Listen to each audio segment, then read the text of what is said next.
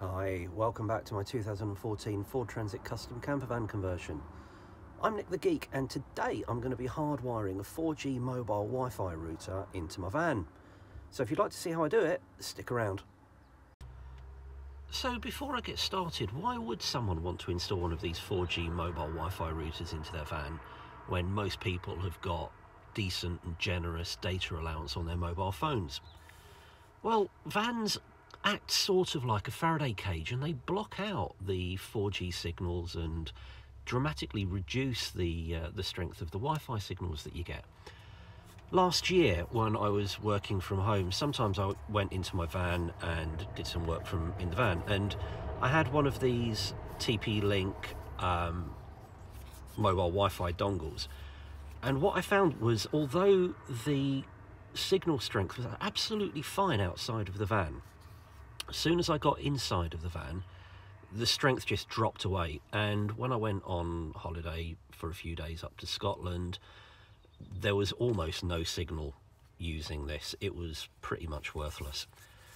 So what have I decided to go for this time? Well, I'm going to mount this antenna onto the roof of the van, and I'm going to use this mobile Wi-Fi dongle. So let me explain what I've bought. This is the Huawei E5577. It seems to be one of the more common ones that van lifers go for, and the reason behind that is due to the antenna ports that it's got on the bottom of it. Now that's really important, because if you've got one of these Wi-Fi dongles like the TP-Link one that I had previously, unless it's got Wi-Fi dongles, you're going to lose a lot of signal mounting it inside the van. So it's always important when you're looking for one of these mobile Wi-Fi routers and mobile 4G routers to ensure that it's got the antenna ports on the bottom of it. So once you've got the antenna ports, what's next? Well, I've gone for one of these Poynting Puck 2 antennas. I'm going to mount this on the roof of the van, and it's got a sticky pad on it, and it's got a little spigot on it. But most importantly, what it comes with are these two antenna ports. Now these are an SMA connection and won't fit in the bottom of that. As you can see, it's just too big. So the other thing that I've bought are these SMA to TS9 converters. So they will accept the SMA cable, the SMA cable from the Puck 2 and convert it into a TS9, which will go into the router. The next thing that I've got, the router obviously takes a USB connection. So I've bought one of these fairly flush mount dual USB accessory ports from Amazon, and what I'm going to do is mount that inside this cupboard against here, and then I will put the router under there and the Puck on the roof, and then theoretically I'm going to have nice strong internet connection within the van wherever I go. So in terms of cost, this is a fairly budget solution. I know you can get really expensive Netgear mobile 4G routers. I've chosen not to do that. What I've gone for is this M5577 router. Now this has been shipped over from Poland. There was a seller on eBay that obviously buys them in and unlocks them to our network. So although it's branded orange, it is actually unlocked, so I can use that with any SIM that I like. The Puck 2 I bought for £60. So this was £70. This was £60, including delivery. That was 10 quid for a pack of 2 from Amazon, and then the antenna was about £7 again for a pack of 2 from Amazon. What I plan to do is mount it on the roof somewhere around there from the other side. I'm then going to feed the wire through. I'm going to go through the back of this cupboard and then just run it down so that the installation is fairly hidden. In order to get through the roof, I'm going to use this 22mm hole saw and see how we go.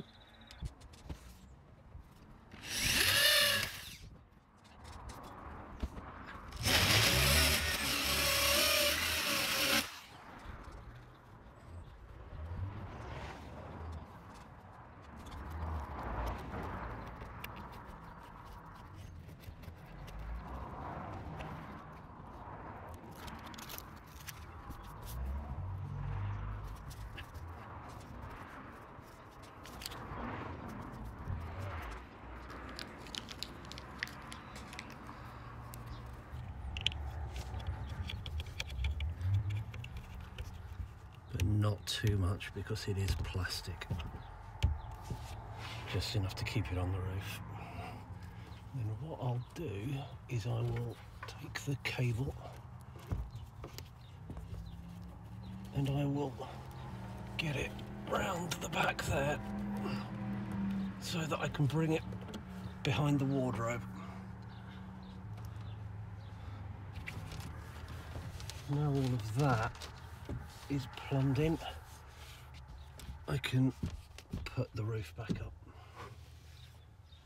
So now I've got that screwed in the roof, what I need to do is get this cable, feed it around the back of the wardrobe, down there, and then round and under the cupboard there where I can get to it after I've wired in the USB connector. So now I've got my cables coming out where I want them. All I need to do is screw in the little adapters, which I will do now.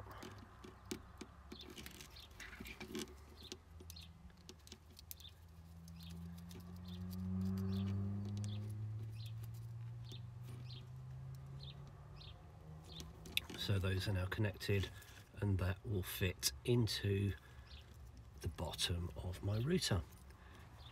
So with those screwed in now, all I need to do is hook up the USB power supply into there for the router, and I'll do that now. So thanks to the miracle of time, the new USB port is installed, and as we can see, it's now getting power.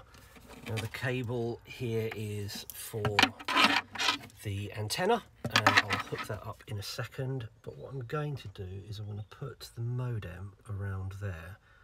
I'm going to hook it up with magnets, and I'll do a little bit of cable management afterwards for all of those who are interested in that kind of thing, but I'm not going to show it, but it's not going to be as bad as it currently looks.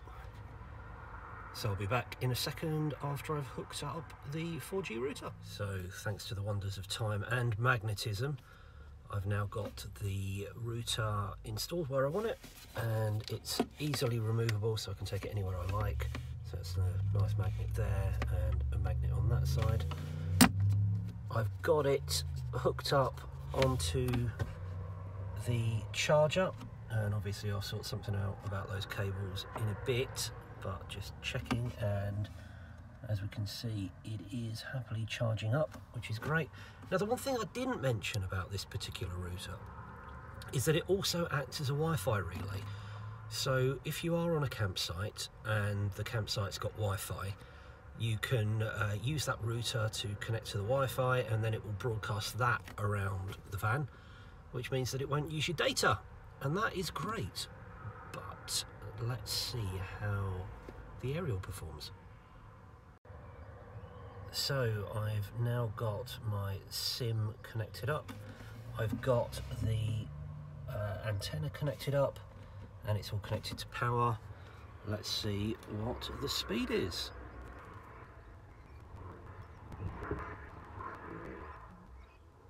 So that's 6 meg down and 3 meg up where I currently am, and if I unplug the antenna and try again, we'll see if it's made a difference. So with the antenna unplugged, we're in exactly the same position. Let's see what we get.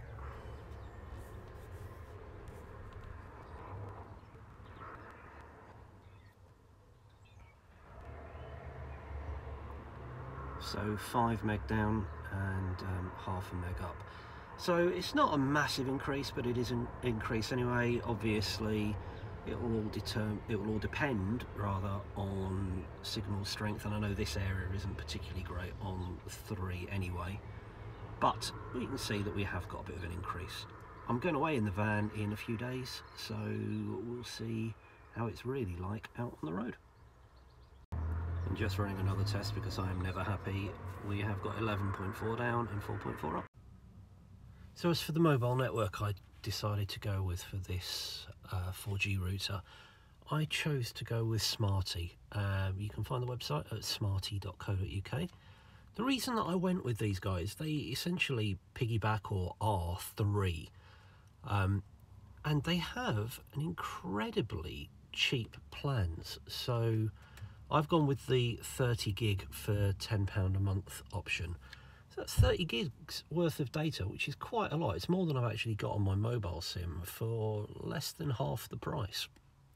The good thing about Smarty, especially when you're using the van infrequently like I am, is that they give you the option of only using the contract when you want it. So if you want a month now, you can activate your account, you pay your £10, you get your 30 gigs a month. And then if you're not going to use it for a while, you can just deactivate your account and it will keep everything still there, ready and waiting. And then next time you're going away, just reactivate it again. So it will cost you a tenner. You've got 30 gigs worth of data for the month. Turn it off until the next time. I believe you'll probably lose your data after the end of the month. But then next time you're going away, just start it up again and off you go. But yeah, the prices are ridiculously cheap. 30 gigs of data for £10 a month, like I said, but even the unlimited for £20 a month, I don't think you can go too far wrong with that. I'll leave a referral link in the comments below. Other than that, thank you very much for watching. Thanks for sticking with it. If you've got any questions or comments, please leave them below. If you liked the video, if it was useful to you, please leave a thumbs up or consider subscribing if you'd like to see more videos.